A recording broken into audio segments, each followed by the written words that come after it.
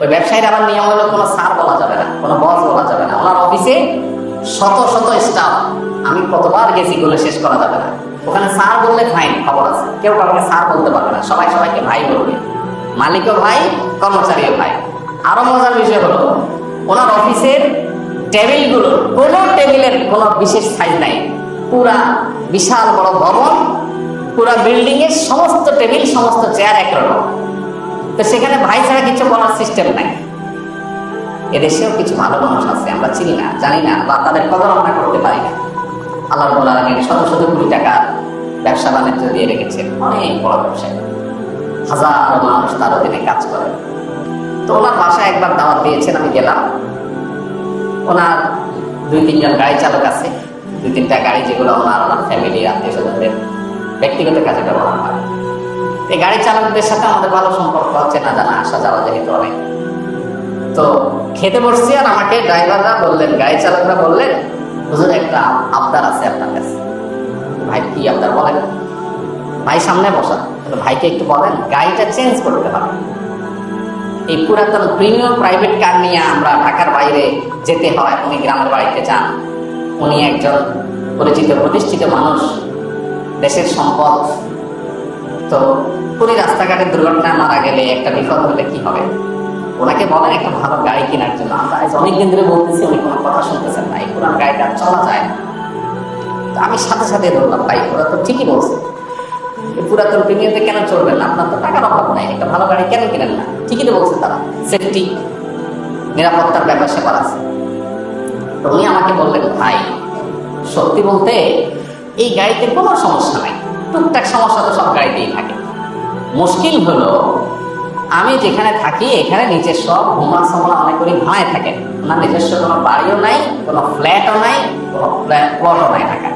শত শত কোটি টাকার মালিক, হাজার হাজার কর্মচারী, ঢাকায় কোনো বাড়িও নাই, কোনো ফ্ল্যাটও নাই, কোনো প্লটও নাই।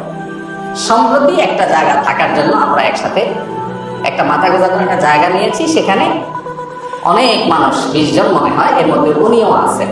সেটা শুধুমাত্র দিনই কারণে একটা শেয়ার নিছেন, তাও আমাদের সাথে। আমি প্রসঙ্গত ওনাকে জিজ্ঞেস করলাম, ভাই নাই কেন, সমস্যা কি? একটা ফ্ল্যাট থাকা দ্বারা থাকতেই পারে। উনি বললেন যে ভাই ফ্ল্যাট মালিক বা বাড়ির মালিকের একটা ভাবসাব চলে আসে, অহংকার চলে আসে।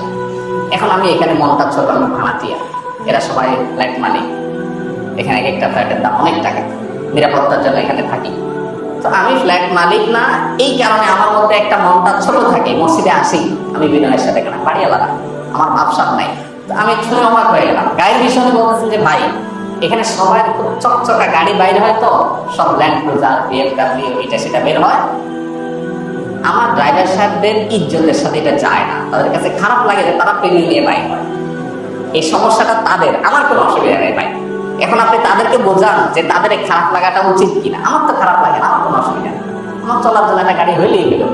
এখন আমার পাশের ফ্ল্যাটওয়ালা BMW, আরেকটা ল্যান্ড ক্রুজার, আরেকটা আরো দামি গাড়ি, এটার জন্য আমি এটা নিয়ে চলবো, যদি আমার অসুবিধা হয় তাহলে বুঝতে হবে আমার ভেতরে সমস্যা আছে। শেষ পর্যন্ত উনি গাড়ি কিনলেন না, বহু চাপাচাপির পর সত্যি গাড়ি নষ্ট, সত্যি সমস্যা, তারপর একটা গাড়ি কিনছেন কোনো রকম, তাও মালয়েশিয়া, ভালো কোনো দামি গাড়ি না। তো ভাইরা আমার, অহংকার এবং বিনয় এটা কিন্তু মানুষের কাজে কর্মে প্রকাশ পেয়ে যায়, আচার আচরণ দ্বারা প্রকাশ পেয়ে যায়।